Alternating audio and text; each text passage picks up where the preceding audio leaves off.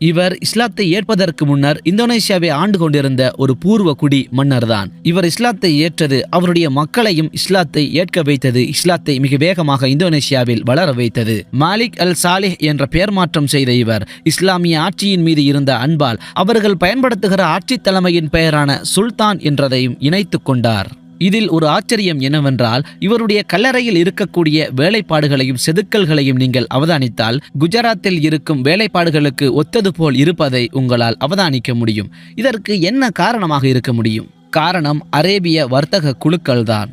வர்த்தகத்தில் அரபுகள் எந்த அளவுக்கு புகழ்பெற்றவர்கள் என்பதில் மாற்று கருத்து இல்லை. வர்த்தகத்தில் லாபம் ஈட்டுவதற்காக எப்படிப்பட்ட கஷ்டமான பிரயாணங்களையும் கூட கடல் வழியாகவோ தரை வழியாகவோ செய்யக்கூடியவர்கள்.